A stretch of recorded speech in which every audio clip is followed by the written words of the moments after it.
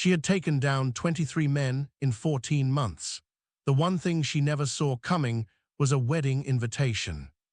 The last man standing in the mountain pass dropped to his knees at 11:47 p.m. Agent Sira Yoon watched him fall with the calm detachment of someone who had done this 100 times, because she had. The earpiece crackled with her handler's voice, Director Cole, a man she had never once met in person, whose approval she had been chasing since she was 19 years old, and convinced the world could be saved by someone fast enough and smart enough and willing enough to hurt themselves for it. "Mission complete," she said quietly, stepping over the unconscious body. "Border secured, all hostages accounted for, evidence package extracted and transmitted." A pause on the other end. Then, "Good work, Sira, come in." Come in, two words she had been waiting to hear for 14 months.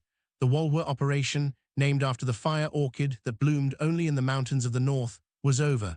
The trafficking ring that had moved 300 women across 6 borders while everyone looked the other way was finished. The men who had funded it, shielded it, profited from it, finished. Every link of that chain snapped. Sira rolled her neck until something cracked, then began the long walk back down the mountain. She was 28 years old. She had been an agent since she was 22.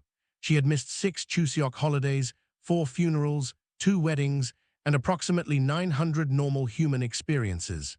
She had a studio apartment in Mapo that she had slept in for a combined total of perhaps 40 nights in the past 3 years.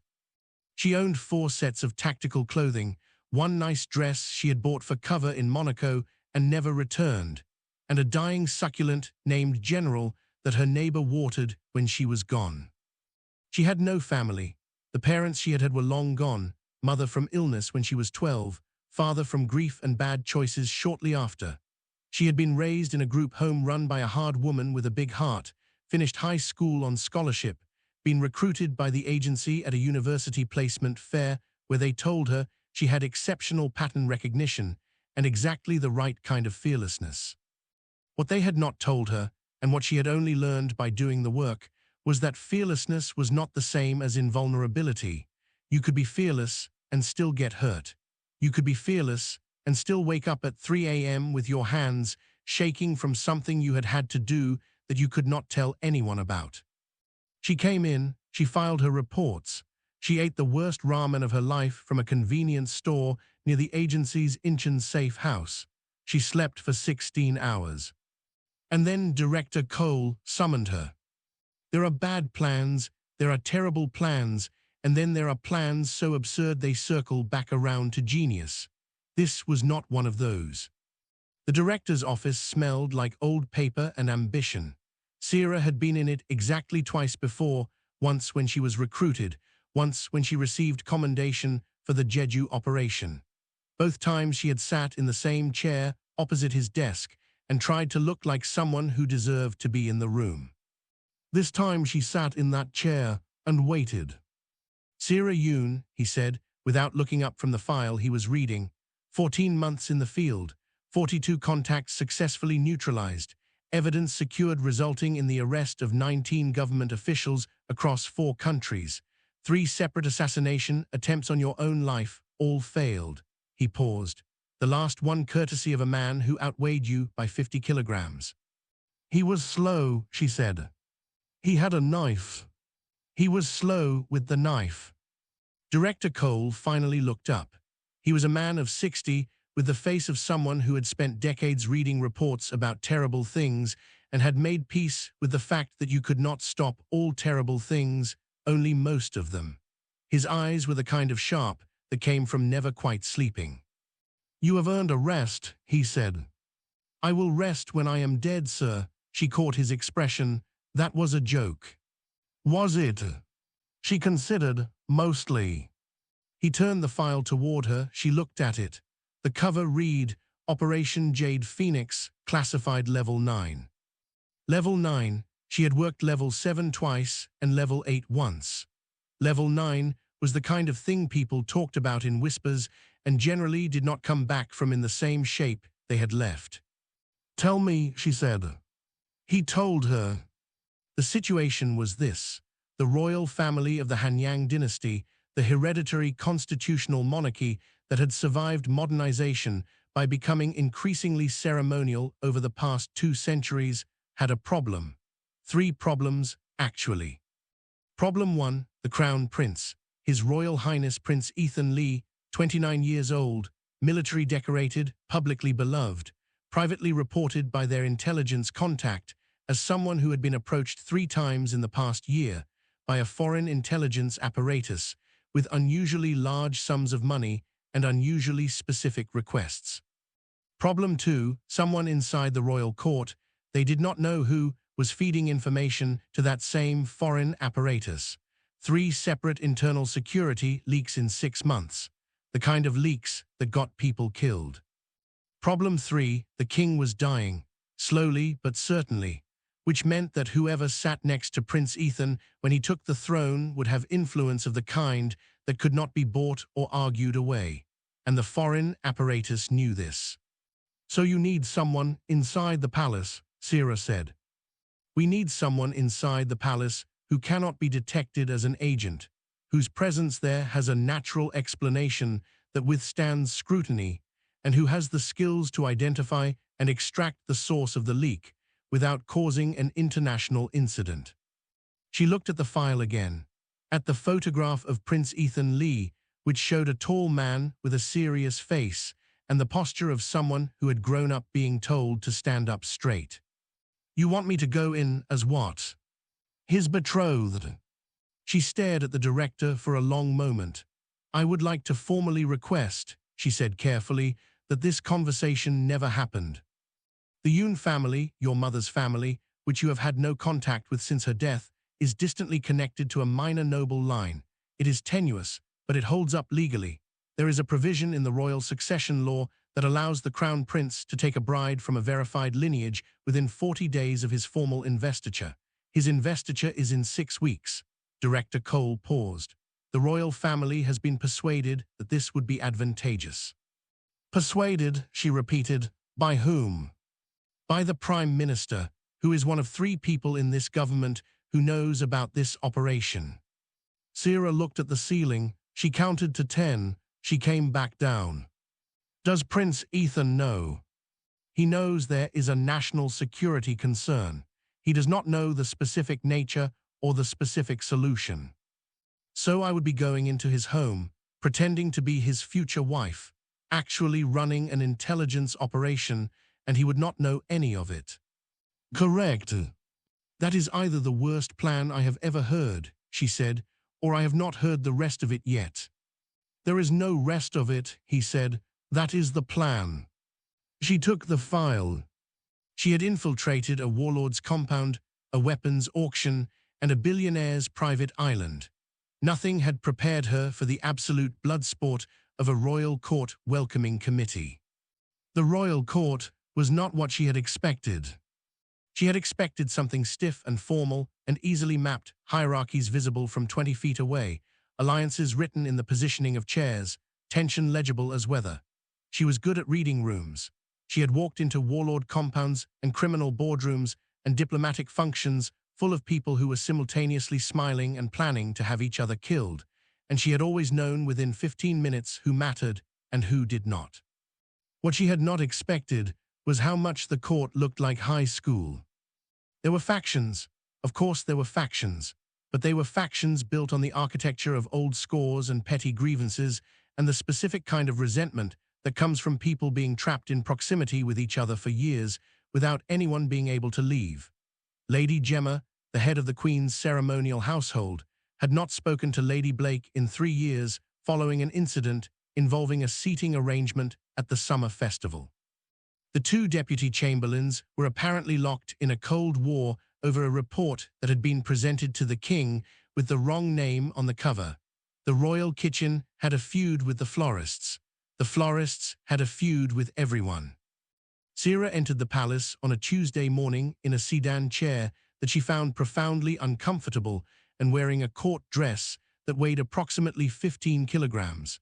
Her hair had been arranged by 2 attendants over the course of 3 hours. She was wearing more hairpins than she had previously handled in her entire life. She stepped out of the sedan chair into a courtyard full of people watching her and thought, "All right, let us see what we are working with." Prince Ethan was waiting at the top of the formal receiving steps.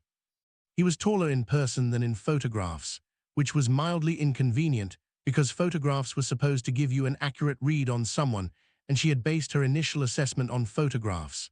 He was watching her approach with an expression she clocked immediately as careful, the specific neutrality of someone who was working very hard not to show what they were thinking. He had good posture and sharp eyes, the kind that noticed everything.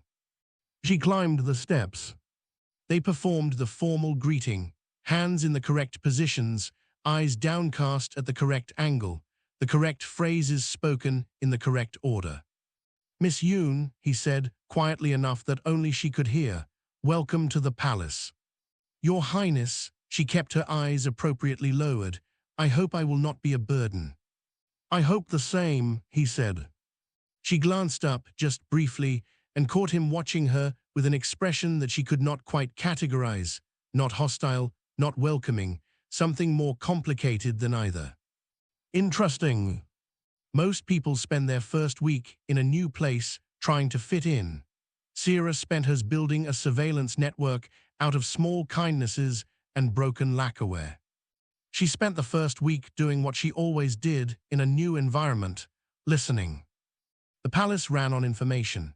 This was true of every institution she had ever infiltrated: armies, criminal organizations, corporations, diplomatic missions, but it was especially true here, where power was distributed through a structure that looked fixed from the outside and was actually in constant negotiation. The king was ill, and everyone knew it. Prince Ethan would be king, and everyone was positioning for what came after. The shape of the next court was being decided right now, inside conversations and strategic alliances, and the careful management of who owed whom what. Sierra learned Lady Chanel, the head of protocol, was meticulous and proud, and would provide complete honest information to anyone who asked in a way that implied her expertise was already known and respected. Steward Emmett had managed the palace accounts for 22 years and had very specific ideas about how things should run that had gradually hardened into a worldview. The prince's private secretary, a young man named Sean T., who was not yet 30 and had the uncomfortable energy of someone who had risen too fast and was still figuring out who he was the person closest to Prince Ethan on a daily basis, and was therefore the most important person in the building for her purposes. She learned Prince Ethan's schedule, his habits, the fact that he ran in the palace grounds every morning at 5:30 a.m. regardless of weather, the fact that he read until very late and started the day looking like someone who had chosen sleep deprivation voluntarily. The fact that he was unfailingly polite to every member of staff regardless of rank, and that this was not performance. People who performed politeness had a slightly different quality to it, a faint awareness of the audience, and he had none of that. She learned there was a woman in the outer court named Lady Hana who had been, before Sierra's arrival, widely considered the most likely candidate for the Crown Prince's attention. Lady Hana was beautiful and well-connected, and had been maneuvering into advantageous proximity for 2 years. The arrival of Sierra via royal decree had, predictably, not made Lady Hana happy. She learned the foreign intelligence apparatus they were tracking, operating under the name Jade Circuit, according to the file, had at least one active contact inside the palace, possibly 2. The contact had been providing information about the royal family's schedule, security arrangements, and private communications for at least 18 months. She needed to find that contact. She needed to do it without anyone knowing she was looking. She needed to do it while also performing the role of an unmarried woman from a minor lineage who was overwhelmed and grateful and slightly out of her depth in the palace's complex social landscape. She was very good at out of her depth. It was one of her best performances. On the 6th day, a maid slipped on the polished floor near the Western Gallery and dropped a tray of lacquerware. 3 pieces broke. The maid, a girl of perhaps 17, terrified, began crying immediately, presumably because broken lacquerware in the palace was the kind of thing that had consequences. Sira, who happened to be passing, crouched down and helped pick up the pieces. "Do not cry," she said quietly. "Accidents happen. I will say I bumped into you." The maid stared at her. "Unless you would rather take the blame yourself." "And no, my lady, thank you." "Then stop crying and help me pick up the rest." The maid's name was Sunny. Within the week, she had become Sira's most enthusiastic source of palace gossip, not because Sira asked for it, but because she had done a kindness and Sunny wanted to return it, and the currency available to a palace maid was information about the people around her.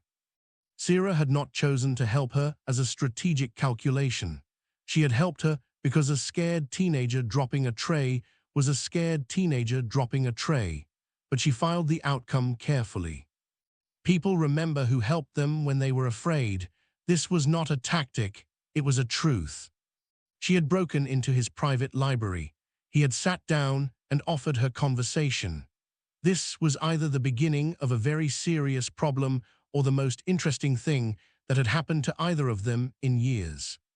She had been in the palace for 3 weeks when he found her in the East Library at 11 p.m. She was not supposed to be there. The East Library was technically part of Prince Ethan's private wing, accessible by betrothed guests only during formal hours. She had discovered 3 days earlier that the lock was the kind that opened if you pressed the release mechanism in exactly the right spot, which was the kind of thing you only noticed if you were the kind of person who noticed those things. She was reading a history of the dynasty's northern border disputes.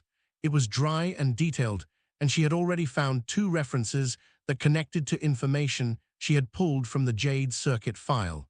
She was annotating in her head. She never wrote anything down that she did not want found when the door opened.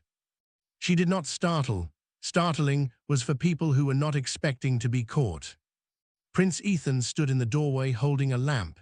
He looked at her. She looked at him. The lamp cast warm light across shelves of books and the specific quality of a room that was usually empty at this hour. "Miss Yoon," he said, "this wing is restricted after evening." "I know," she said. "I apologize. I could not sleep, and this book seemed interesting." He was quiet for a moment. Then, "Which book?" She held it up. He came closer to look at the spine, which meant he came into the room rather than staying in the doorway, which meant this had shifted from an expulsion to something else. "The Northern Campaigns," he said. "That is not light reading." "I am not a light reader." He looked at her, the same assessing look she had seen on the steps the day she arrived, but longer this time, less guarded. "You grew up outside the city," he said. It was phrased as a question, but it was a statement. "In the countryside, yes." People from the countryside who come to court usually spend their first weeks trying to learn the social landscape. They read etiquette guides, not military history. "Perhaps I am more interested in the landscape outside the walls than the one inside." He set his lamp down on the reading table and sat in the chair across from her.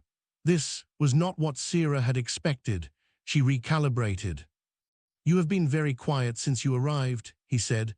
"People expected drama, a newcomer from outside, an arranged match. Lady Hana has been—" He stopped. "Terrible," she offered. Something crossed his face, not quite a smile, difficult. "She was here first. She has more claim. I understand her position." "That is a generous interpretation." "I find generosity useful. It costs nothing and sometimes produces unexpected results." He studied her. She let him. "What do you want," he said, "from this, from being here?" The honest answer was, "I want to identify a spy, neutralize a threat to national security, and go back to my apartment in Mapo and eat ramen and sleep for a week." She could not say this. "I want to be useful," she said instead, which was also true. "I do not care about court titles or influence. I want to be the kind of person who makes things around them a little better and a little less complicated." Prince Ethan was quiet for a long moment. "That is either a very practiced answer or a very honest one," he said. "It can be both," she said. He left an hour later, after they had, somewhat improbably, discussed the military strategy of 3 border campaigns that had taken place 600 years before either of them was born. Sira remained in the library for another 20 minutes, thinking. He was intelligent, more than the file had suggested, which meant either the file was incomplete or whoever had prepared it had underestimated him. He was also careful. Everything he said had the quality of something considered before it was spoken. He was not the compromised agent she had been sent here half expecting. He was something more complicated. She needed to be careful. When your enemy arrives at your door bearing expensive chocolates and a smile that could cut glass, most people panic. Sira took one look and thought, this is going to be easier than I expected. Lady Hana came to her rooms 3 days later, attended by 2 companions and carrying a box of imported sweets that was clearly expensive and clearly meant as a statement rather than a gift. Miss Yoon, she said, with a smile that was impeccably constructed, I have been meaning to visit. You have been so quiet since you arrived. We were beginning to wonder if you were unwell. Sira looked at the sweets, and then at Lady Hana, and then at the companions, who were watching with the barely concealed eagerness of people anticipating entertainment. Thank you for your concern, she said. I have been well, just settling in. Of course, it must be difficult, coming from outside the capital. There is so much to learn. The protocols alone, Lady Hana tilted her head sympathetically. I imagine it is overwhelming. I manage. The Crown Prince is very patient with those who need extra guidance. Still smiling, it is one of his most admirable qualities. Sira looked at her. She thought about how she would handle this in the field. In the field, the correct response to a transparent attempt at intimidation was to make it cost the person more than they gained from it, which usually meant exposing the attempt rather than absorbing it. Here, she thought, the correct response was different. Lady Hana, she said pleasantly, you have invested a great deal in your position here. 2 years, I believe. Lady Hana's smile held. I have been honored to serve the royal household, yes. That takes real dedication. A lot of people in your position, displaced at the last moment by something they could not control, would have left. The fact that you stayed speaks well of your character. Sira paused. I hope that dedication is recognized. You clearly care deeply about the court's well-being. A silence. The companions exchanged a look. Lady Hana's smile had become fractionally uncertain, the look of someone who had prepared for a fight and received instead something she could not quite categorize. Thank you, she said finally, with considerably less confidence than she had arrived with. When they left, Sira thought about what she had done. She had not humiliated Lady Hana. She had not played into the confrontation. She had said something that was entirely true. The woman had stayed when she could have retreated, and that was notable, while simultaneously making it impossible for Lady Hana to escalate without looking like she was picking a fight with someone who was being gracious. It was not manipulation. It was the choice to be generous when pettiness was available, and to trust that generosity produced better outcomes.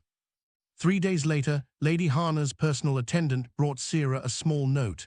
I was rude, I apologize. H. Sira placed it in the drawer beside her bed and went back to thinking about the Jade Circuit. The spy was not hiding in the shadows. They were hiding in plain sight, inside a routine so boring that no one had ever thought to look twice, until now. The intelligence contact she was looking for had access to 3 specific categories of information: the king's medical condition, Prince Ethan's external communications, and the palace's internal security protocols. The overlap between people who had all 3 was small. She had mapped it in the first 10 days, using the social network she had been building without appearing to build. 17 people had partial access. 6 had full access. She crossed off 4 of the 6 in the first 2 weeks based on behavioral analysis, not because they were obviously innocent. Obvious innocence in an intelligence context was usually performed, but because the specific way the leaks had been timed required someone with a particular kind of access to decision-making conversations, not just documents. Documents could be copied. Conversations required presence. That left two: Shaun T., the Crown Prince's private secretary, and Steward Emmett, the head steward. She spent 2 weeks watching them both, through the mechanisms available to her: coincidental proximity, the information network she had cultivated, the patterns she could observe in how they moved through the palace and who they talked to and when. On the 17th day of her second week, she saw it. Steward Emmett had a habit of taking an evening walk in the palace's outer gardens. This was documented, routine, and therefore invisible. Routine behavior attracted no attention. But on Tuesdays and Thursdays, his walk passed within 10 meters of the Eastern Gate, and at the Eastern Gate there was a small shrine with a donation box, and once a week the box was collected by a man from the City Foundation, whose identification she had photographed without his knowledge on her third day in the palace. She ran the photograph through her concealed device. The man was not from the City Foundation. He was a mid-level operative with a commercial front that traded in electronics, and according to a file she had memorized 18 months earlier in a completely different context, had 3 known Jade Circuit connections. Steward Emmett was not the contact. Steward Emmett was the dead drop. She spent the next 4 days establishing who used the dead drop besides Steward Emmett. There were 2 others. One was a kitchen maid whose involvement appeared to be entirely coerced. She had a family member in debt, and someone had found the leverage and used it. The other was Shaun T. She sat with this knowledge for a full day before deciding what to do with it. The field instinct was to move fast, extract the evidence, neutralize the contact, report up. The palace instinct, which she was developing, she realized, whether she wanted to or not, was more complicated. Shaun T. was 27 years old. He was clearly under some kind of pressure. A fast extraction would burn him, expose the operation, and potentially close off the ability to track the Jade Circuit contact chain upstream. She needed to know why before she decided how. The agency had a protocol for traitors. Sierra had a different one. It required more patience, more risk, and a willingness to believe that people were more than the worst thing they had ever done. She found out by accident, which was how she found out most important things. She was passing the private garden near Prince Ethan's study when she heard voices through the screen. One was Shaun T.'s. She had memorized his voice in the first week, as she memorized all voices she might need to identify in the dark. The other was a woman's, older, tight, with desperation. She stopped, she listened. The woman was his mother. She was ill, the kind of ill that required expensive treatment, the kind that did not stop being expensive no matter how many times you rearranged the accounting. Shaun T. had been helping. He had run out of legitimate ways to help. Someone had found this and used it the way such things are always used, as a door. Sierra stood behind the screen and thought about a girl who had grown up in a group home, watching other children's parents come and go on visiting days. She thought about a woman in a mountain pass who had given someone water when they were thirsty and been trusted with a piece of information she would otherwise never have gotten. She thought about what it meant that the first tool of coercion was always the people you loved. She went back to her rooms and made a decision that her training said was not the correct one. She called Director Cole. "I have found the contact," she said. "Before I move forward, I need authorization for a collateral assistance arrangement." A pause. "Explain." She explained. Another pause, longer. "You want us to cover the medical expenses of a woman who is not an agent, not a target, not a strategic asset. She is his mother and someone is using her as a weapon. If we remove the weapon, we can turn the contact into an asset rather than an enemy. His access to Prince Ethan is more valuable as an ally than as a problem we have burned." "That is not the standard protocol." "No," she agreed, "it is the better protocol." 3 days later, authorization came through. The next day, an anonymous endowment from a foundation she had set up through a contact from a previous operation was transferred to the account of a medical facility. Shaun T.'s mother was admitted for treatment, that afternoon. Sira waited 4 more days. Then she went to Shaun T and told him she knew. She expected fear.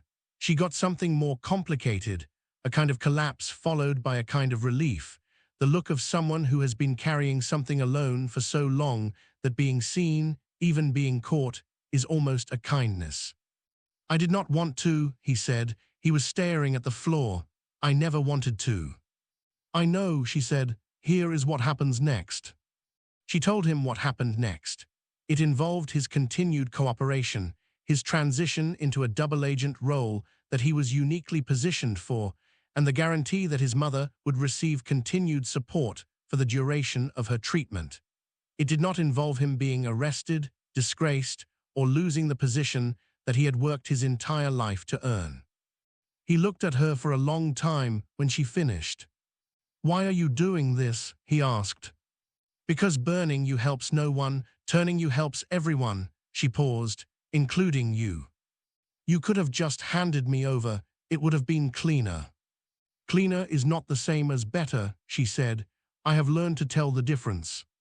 He knocked on her door at midnight, not because he had caught her, because he had been watching her for 7 weeks, and he had finally decided he trusted what he saw. She had been in the palace for 7 weeks when he came to her rooms after midnight. This was not appropriate. She was his betrothed, not yet his wife, and midnight visits were the kind of thing that created exactly the sort of talk she was trying to avoid. She heard him knock and thought, well, here we go. She opened the door. Prince Ethan was in a plain dark jacket with the formal elements stripped away, no insignia, no ceremony. His face had the look of someone who had been awake for many hours and had decided, finally, to do something he had been postponing. "You should know," he said, "that I have been watching you. I would expect nothing less from someone in your position. You have made 3 changes to the palace's security arrangements through indirect channels. None of them went through me. All of them were good changes." He paused. "You have resolved 4 separate disputes that came to me last month, before they came to me. I only found out because the people involved mentioned it, in passing, as if it was unremarkable." She said nothing. "Lady Hana told me yesterday that you have more sense than anyone she has met in this palace." This from a woman who 6 weeks ago was looking at you like you had personally stolen something from her. Lady Hana is a fair person who needed time to adjust to changed circumstances. That is a generous interpretation. I find generosity useful. "Sira," he used her personal name for the first time. "Who are you?" She looked at him, at the careful dark eyes and the serious face, and the man who had stayed up reading military history and run at 5:30 a.m. in the rain and been polite to every person in this palace, regardless of rank, not because it was expected of him, but because it was who he was. She made a decision.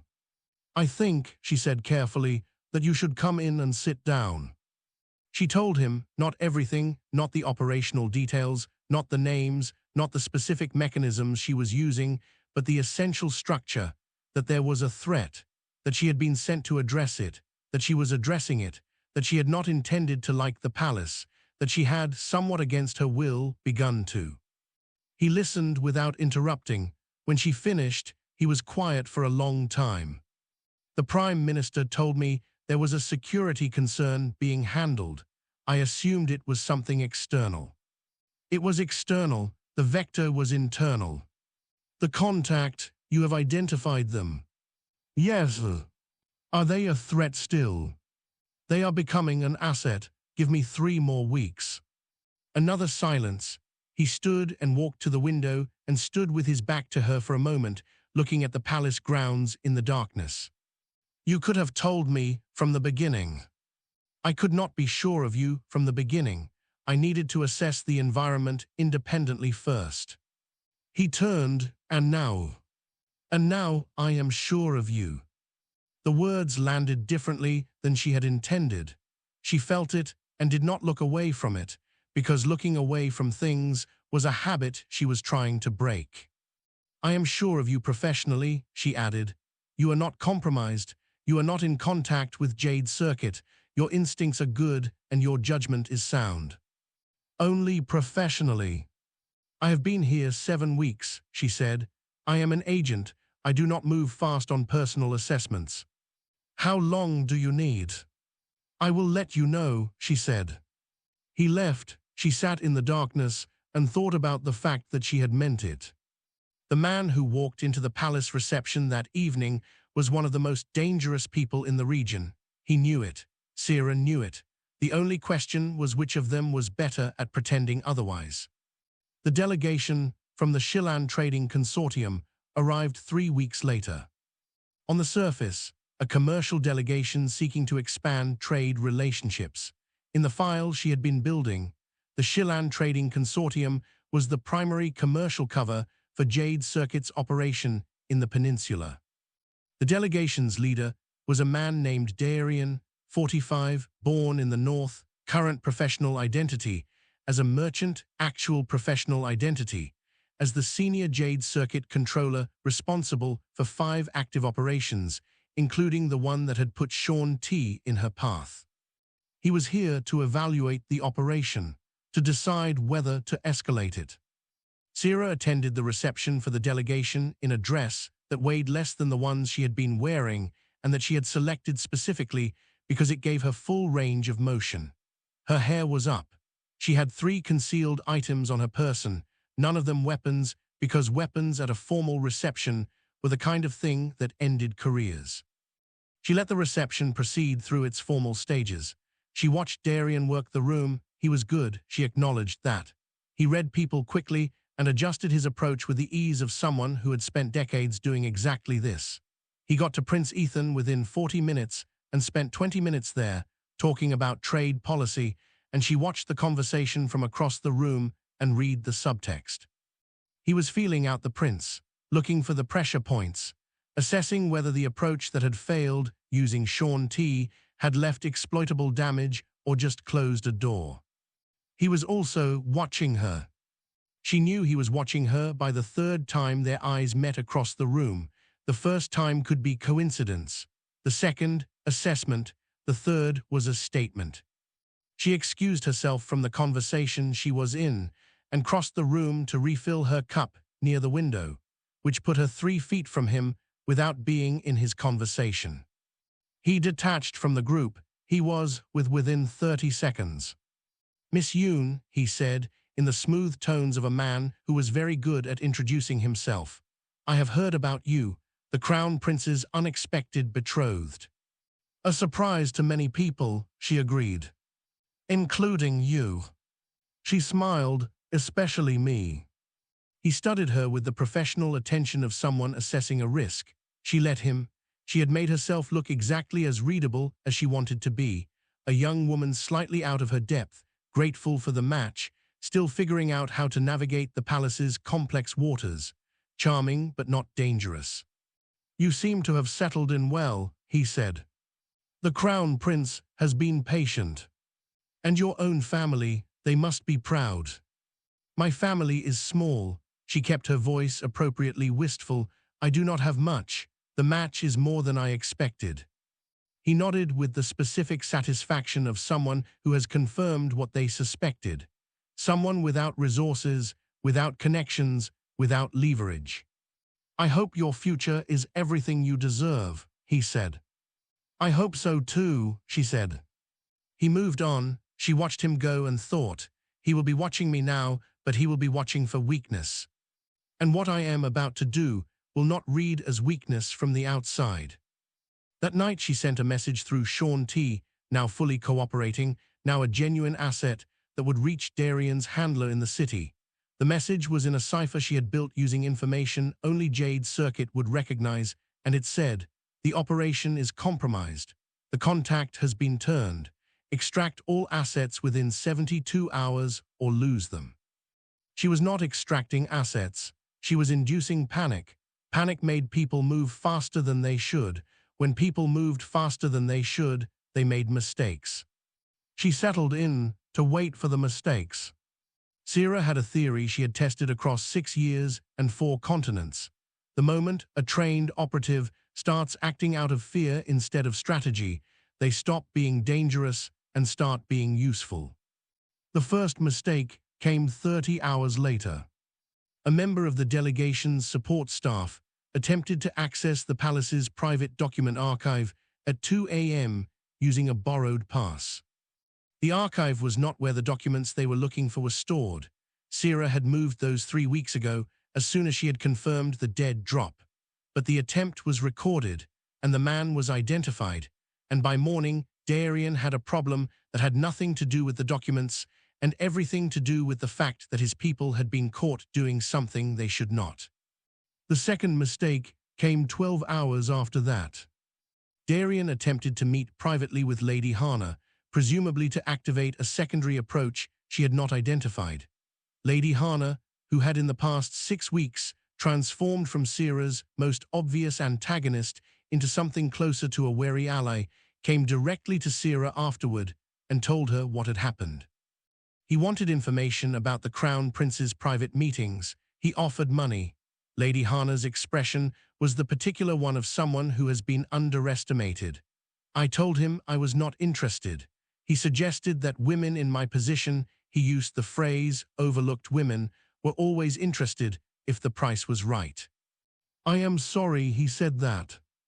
Do not be sorry. Be aware that I memorized exactly what he said, and I will repeat it verbatim to anyone you need me to repeat it to. Sierra looked at her, at a woman who had been positioned as an obstacle and had turned, on her own terms, into something more useful, an angry witness with an excellent memory. Thank you, she said. Do not thank me, just make sure the right people hear about it. The third mistake was Darian's attempt to leave the country early. He moved up his departure by 4 days, citing urgent commercial matters. The normal response to an abrupt departure from a delegation was diplomatic friction, delays, forms, the gentle machinery of bureaucratic inconvenience. Sierra had spent 2 days ensuring that machinery was primed. He was delayed long enough. The team that Director Cole had positioned at the border, waiting for exactly this kind of extraction attempt, intercepted the data package he was carrying. The package contained, among other things, a full record of the Jade Circuit's Palace operation going back 18 months, every communication, every payment, every instruction. Darian was taken into custody at the border. The Palace operation was over. The mission was finished. The cover was blown. The man who was supposed to be just a target was sitting on palace steps at dawn holding 2 cups of tea, and somehow that was the part she had not planned for. She ran at 5:30 a.m. Not in the palace grounds. She had never run in the palace grounds, because that was his routine, and she had always maintained a careful separation between her habits and his to preserve the distance that professionalism required, but on the outer walls, where the guards knew her by now and gave her space. The sky was the particular grey that preceded dawn, and the air was cold, and she ran until her lungs stopped protesting and found their rhythm. When she came back, he was at the top of the steps. Prince Ethan was holding 2 cups of tea. He held one out to her. I heard, he said, last night. She took the tea, all of it. Enough, he sat on the top step. After a moment, she sat beside him. The palace was quiet around them. The grey was lightening toward gold. How long were you planning to be here? He asked. The operation was 6 to 8 weeks. It has been 12. There were complications. Sean T. Among others. He wrapped both hands around his cup. She had learned his tells in 12 weeks, the way you learn the tells of anyone you paid enough attention to, the slight tension in his jaw when something bothered him, the stillness that came over him when he was thinking seriously, the way he looked at things when he was trying to understand them. He was looking at her now. What happens to the arrangement, he asked, to this, a gesture between them. The arrangement was created for the operation. The operation is complete, technically. Technically, you are free to go. Yes. Another silence, the gold in the sky deepened. Is that what you want? She thought about the apartment in Marpo, the dying succulent, the 4 sets of tactical clothing, the 6 missed holidays and the 2 missed weddings, and the approximately 900 things she had passed by in the service of an objective. She thought about a library at 11 p.m. and a conversation about border campaigns, a maid named Sunny on the floor with a broken tray, a young man named Sean T. whose mother had needed help and who had made terrible choices out of love and had been given something other than punishment for it. She thought about the last 12 weeks, which had been a mission and had also been, somewhat to her own surprise, a life. "I do not know," she said, which was the most honest answer she had. "I would like you to stay," he said, not as a command, not as a request from a crown prince to a prospective betrothed, as a person saying something true to another person sitting next to them on steps at dawn. "I would like to consider it," she said. He nodded. He did not push. This, she thought, was one of the things she had become certain of in 12 weeks, that when he said a thing, he meant it, and when he did not push, it was because he had learned the difference between waiting and pressuring, and he had chosen the former. She drank her tea. The sun came up. She had survived assassins, double agents, and a 14-month undercover operation. Deciding what she actually wanted for herself, that was the hardest mission of all. She called Director Cole. "Operation complete," she said. "Contact neutralized, evidence secured, network disrupted at the handler level, full report to follow." "Excellent work, Sierra. Come in." The words were the same as the last time. The feeling was different. "I will file the report remotely," she said. "I am requesting a leave of absence." A pause. "How long?" "I do not know yet." Another pause. Longer. "Is this personal?" "Yes." "You are aware that the security implications of your current cover story." "I am aware. I am also aware that the cover story stopped being a cover story around week 7, and that if we are honest about it, we were both aware of that when it happened, and we let it happen anyway, because it was producing better results than the original plan, sir." A very long pause. "Take the leave," he said. "File the report by Friday." "Thank you, sir." "Do not thank me, just make sure you are actually happy. I have been sending you into difficult situations for 6 years, and you have never once asked for anything personal. The fact that you are asking now means it is real." A pause. "Good luck, Sierra." She ended the call and sat in the garden that had become her thinking place. The plum tree in the corner was beginning to show its spring color, pale pink flowers against the stone wall, patient and ordinary and beautiful. She thought about what she wanted. It was not a question she was used to asking. She was used to asking what was needed, what was required, what the mission demanded. What she wanted was a category she had kept small for years, because wanting things that were not possible was a form of suffering she had learned to manage by not wanting them. She wanted this. Not the palace exactly. The palace was architecture. It was a context. It was the setting, but not the thing itself. She wanted the thing that had happened inside the context, the person she had become over 12 weeks of paying attention and choosing generosity, and finding that choosing generosity produced results that pure professionalism never had. The conversations at midnight, the dawn tea on the steps, the specific quality of being known by someone who had been trying to know you. She wanted to stay, not because she had been ordered to, not because it served an operation, but because she had found something here that she had not expected and did not want to walk away from. This was terrifying. She decided to do it anyway. She had spent her entire career telling people exactly what they needed to hear. This was the first time she walked into a room with nothing prepared, just the truth, and no idea what it would cost her. She found him in the East Library.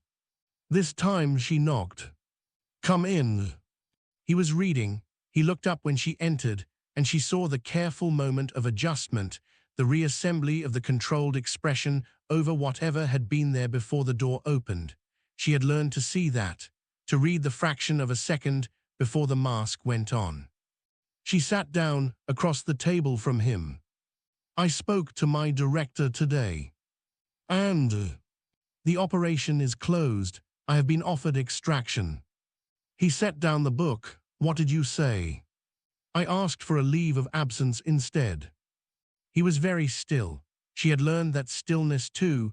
It was not the stillness of someone waiting for danger, but the stillness of someone trying not to move in case movement broke something.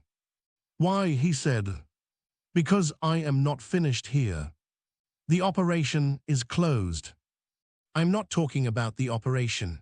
She looked at him directly, the way she had trained herself not to look at people in intelligence contexts, because direct eye contact was readable, and now she was choosing to be readable.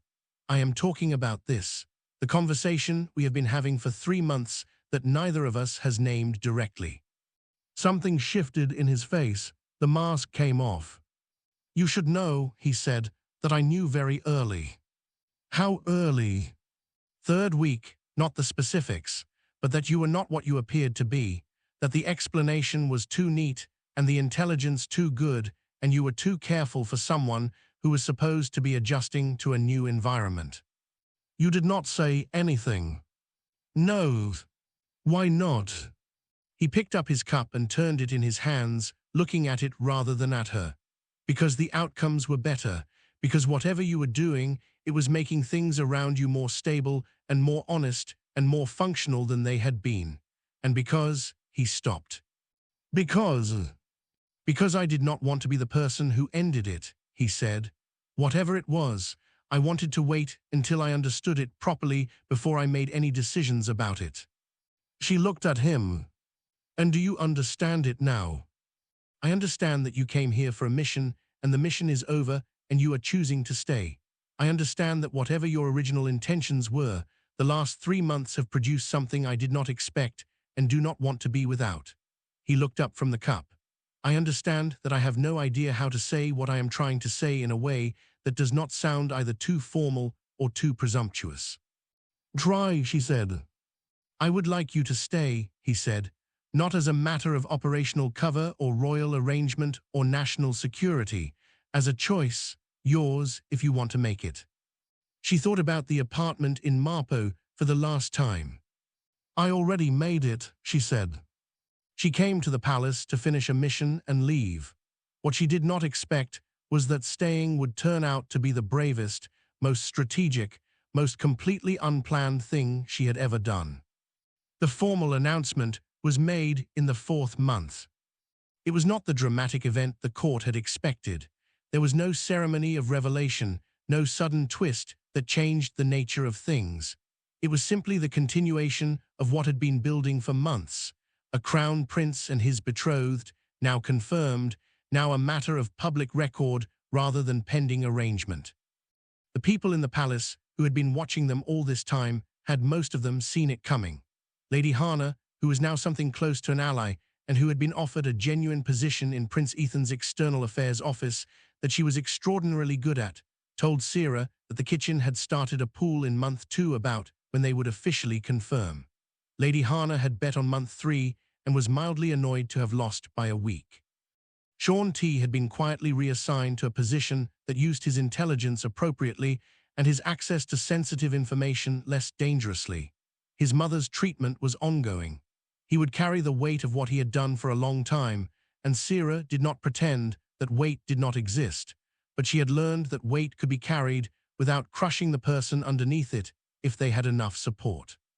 Steward Emmett, who had unknowingly served as the dead drop, was never informed of his role. He continued to take his Tuesday and Thursday walks. The shrine near the eastern gate was quietly decommissioned. He walked past it without knowing that anything had changed. The kitchen maid, whose involvement had been coerced, was given a permanent position with a salary increase and the knowledge, communicated carefully through indirect channels, that the debt holding her family was no longer a problem. She did not know who had resolved it. She did not need to. Director Cole filed the operation under successful conclusion and added a notation that the methodology had produced better than expected results through non-standard approaches. He recommended the approaches for consideration in future similar operations. Sira read this, and thought that was probably the most enthusiastic commendation she was ever going to get from Director Cole, and that it was, in its way, enough. She had given up the apartment in Marpo. General the Succulent had been transporting to the palace, where it now sat on the windowsill of her chambers and was, against all reasonable expectation, thriving. Something about the soil was apparently better suited to it. She had taken this as a sign of something which was not like her, but 3 months in a palace had apparently made her susceptible to symbolism. She ran every morning, not always at 5:30 a.m., not always alone. She still spent time in the East Library after hours, reading things that were not on any recommended curriculum. She had begun, quietly and without making a project of it, to think about what came after, not after the palace, not after the arrangement, but after the phase of life in which every week brought a new operation, and every skill was acquired in service of someone else's mission.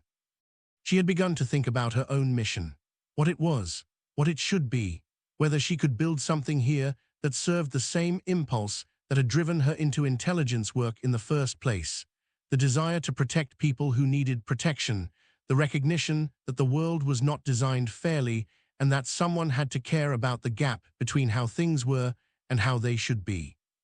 She had begun to think that she could, that this palace, with its complex hierarchies and its everyday cruelties and its everyday kindnesses, was not so different from every other environment she had ever moved through, that the skills she had cultivated, reading people, understanding systems, choosing patience over urgency and generosity over calculation, were not less useful here.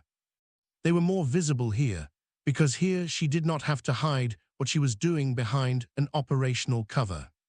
Here she could simply be what she had always been, underneath the training and the cover stories and the years of learning to disappear. Someone who noticed things, someone who believed that most problems were human problems and that human problems responded to being treated as such. Someone who had come to understand that the most durable kind of protection was not the kind that neutralized threats, but the kind that made people not want to become threats in the first place. She sat on the steps one morning and thought all of this, watching the gold come up over the palace walls, and heard footsteps behind her. She did not turn. She heard him sit down beside her. 2 cups of tea appeared. "You are thinking," he said. "I am always thinking." "What about?" "What I am going to do next," she said, "after the leave of absence, after the whatever we are calling this." "I was not aware there was a next. I was under the impression you had decided to stay." "Staying does not mean stopping. Staying just means this is the base of operations." She looked at him. "I want to do something useful, real, useful, specific things. There are 3 districts in the northern province where the water infrastructure is failing, and there is money in the Royal Discretionary Fund that has not been allocated in 4 years because no one has submitted a proposal. There is a gap in the court's medical services that means the lower household staff do not have access to the same care as the upper, which is something that I noticed in my 2nd week and have been thinking about ever since." 0. "What?" "I know about the water infrastructure. I have been trying to get someone to submit a proposal for the discretionary fund for 2 years. No one would do it because it required confronting 3 departments that each had a reason to maintain the status quo." She looked at him. "Submit the proposal," he said. "It will require diplomatic maneuvering among 3 departments who each—" "I know," he was almost smiling. "I trust you to manage the maneuvering." She thought about this, about trust, what it meant, what it required, what it produced when it was offered without conditions. "All right," she said. The sun was up. The palace was waking around them, the sounds of morning beginning, footsteps, voices, the clatter of kitchens coming to life. In 3 weeks, the investiture ceremony would formalize what was already settled. In 6 months, there would be a wedding, large and public, and full of the ceremonial weight of a dynasty taking a new member. There would be diplomats and factions and crises, because there were always diplomats and factions and crises, and she was the kind of person who went toward those things rather than away from them. There would be a court full of people who were people, flawed and ambitious and afraid and capable of great generosity if given the chance. And she was the kind of person who could see that and work with it. There would be this, the steps at dawn, the tea, the man beside her who had known what she was and waited to understand it before making any decisions. She had come here with a secret plan. The plan had been to complete a mission and leave. The plan had changed. Plans, she had learned over many years, were always changing. The skill was not in holding them fixed, but in knowing which changes were worth keeping. She kept this one. 6 months after the mission ended, the most feared intelligence operative in the region was known inside the palace for exactly one thing: keeping a succulent alive against all odds. She considered this a perfect cover. General the succulent was, by most assessments, now the best cared-for plant in the entire royal palace. This was the kind of detail that mattered to no one except Sira, and that she was disproportionately pleased by, and that she mentioned to exactly 2 people: the palace gardener, who was an excellent source of information about who went where in the outer grounds and whose knowledge she had been cultivating since month 2, and Lady Hana, who found it funny and told everyone. It became one of those small stories that circulated in the palace's informal channels, the new crown princess who had arrived with a dying plant and kept it alive through sheer determination. People told it as a story about stubbornness or care, or the small ways people carry their previous lives into new ones. Sira let them tell it how they wanted. She was past the point of managing every narrative. Some things you controlled because they mattered strategically. Some things you let go because the energy was better spent elsewhere, and because the world was better when you were generous with your grip on outcomes. She had submitted the water infrastructure proposal. It had taken 7 weeks, 4 conversations with 3 recalcitrant departments, 1 strategic dinner where she had arranged for 2 people who needed to meet to be seated next to each other without either realizing she had arranged it, and 1 frank conversation with a deputy minister who had needed to hear directly that his obstruction was costing people clean water, and that this was not an abstract policy matter, but a lived one. The proposal was approved. Construction began in the 4th month. She was working on the medical services gap. That one was slower. The structural obstacles were different in character, more cultural than bureaucratic, but she had time, and she had learned that time was an ally if you let it be one. Shaun T, now in his new position, had become something she had not expected, genuinely useful in ways that had nothing to do with intelligence and everything to do with his particular combination of intelligence and institutional knowledge, and the specific motivation of someone who was trying very hard to be better than they had been. He had proposed, unprompted, a review of the palace's internal accounting systems that would make certain categories of coercion significantly harder to execute. She had supported it. The review was ongoing. Director Cole called periodically, not with assignments. Her leave was ongoing, her operational status suspended, but with the specific quality of communication that characterized someone checking in on a person they had sent into difficult circumstances for many years and felt some degree of responsibility for. She found this unexpectedly touching. She told him so once, and he told her to stop being sentimental, and she told him it was too late, and he ended the call. She considered this a victory. She still ran every morning. She still read military history at unreasonable hours. She still noticed the small things, Sonny's posture changing when certain people walked by, the guard who was consistently 15 seconds later at his position than the protocol required, the fractional hesitations in conversation that meant someone was choosing their words more carefully than usual. These things still mattered. They always mattered. The world was still full of people who needed protecting, systems that needed maintaining, problems that required the specific combination of patience and attention and willingness to act that she had spent her life developing. The only difference was that now, when she noticed something, she did not have to perform ignorance of it in service of an operational cover. She could act. She could simply be what she was, the person who noticed things and did something about them without pretending to be anything else. One morning, late in the autumn of her first year, She sat in the garden that had become her thinking place and looked at the plum trees losing their leaves in the cold air, bare and patient against the stone wall, and thought, I came here with a secret plan, and the plan failed, and something better happened instead. This was, she thought, a reasonable outcome. She drank her tea and watched the leaves fall and listened to the palace wake up around her, and she did not feel like someone at the end of something. She felt like someone at the beginning. An end.